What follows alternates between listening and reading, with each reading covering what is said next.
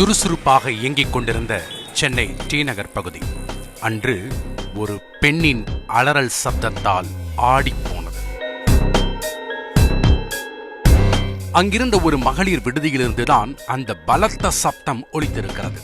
என்ன ஆனதோ என்கிற பதைப்போடு ஓடிச் சென்று பார்த்தவர்கள் ஒரு கணம் உறைந்து போயிருக்கிறார்கள். அந்த விடுதியில் தங்கியிருந்த இளம்பெண் ஒருவர் கழிவறைக்குள் தனக்குத்தானே சுய பிரசவம் பார்த்து பிஞ்சு குழந்தையை வெளியில் எடுத்திருக்கிறார். இந்த விபரீத சிகிச்சையில் அதிகப்படியான இரத்தப்போக்கு ஏற்பட்டு தாய் சேய் என இருவரும் உயிருக்கு ஆபத்தான நிலையில் இருந்திருக்கிறார்கள். சம்பவ இடத்திலிருந்து இருவரையும் மீட்ட அக்கம் பக்கத்தினர் அருகிலிருந்த மருத்துவமனையில் சிகிச்சைக்காக அனுமதித்துள்ளனர். மருத்துவமனையிலிருந்து போலீசாருக்கு தகவல் கொடுக்கப்பட சம்பவம் குறித்து வழக்கு பதிவு செய்து விசாரணை தொடங்கியிருக்கிறது காவல்துறை. மருத்துவமனையில் அனுமதிக்கப்பட்ட பெண்ணின் பெயர் வினிஷா. கன்னியாகுமரி மாவட்டத்தைச் சேர்ந்தவர். சென்னையில் உள்ள தனியார் மருத்துவமனையில் செவிலியராக வேலை பார்த்து வந்த வினிஷா டி நகர் விடுதியில்தான் மாத வாடகை அறை எடுத்து தங்கியிருக்கிறார். இந்த நிலையில்தான் செல்வமணி என்பவர் நான் ஒரு சாஃப்ட்வேர் என்ஜினியர் என வினிஷாவிடம் அறிமுகமாகி இருக்கிறார். இருவரும் சாட்டிங், மீட்டிங், டேட்டிங் என உறவை வளர்த்ததன் விளைவாக வினிஷா திடீரென கருவுற்றிருக்கிறார். இந்த விஷயம் காதலன் செல்வமணிக்கு தெரிய வந்ததும் முதல் வேலையாக வினிஷாவை பிளாக் செய்துவிட்டு எஸ்கேப் ஆகியிருக்கிறார்.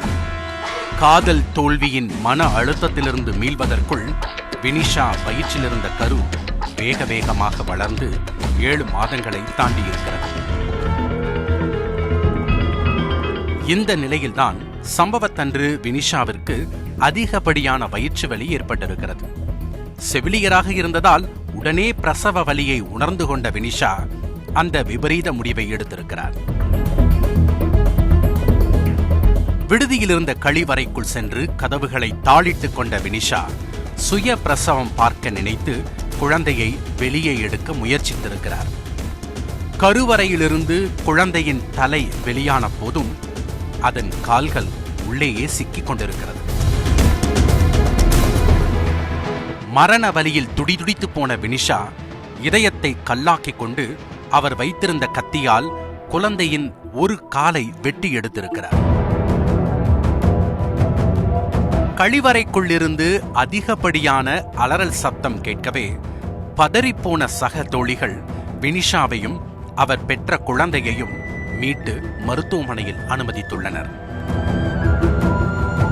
குழந்தையை பரிசோதித்த மருத்துவர்கள் அந்த உடலில் உயிரில்லை என தெரிவித்திருக்கிறார்கள். பிறந்த குழந்தையின் உடல் பிரேத பரிசோதனைக்காக அனுப்பி வைக்கப்பட்டிருக்கிறது.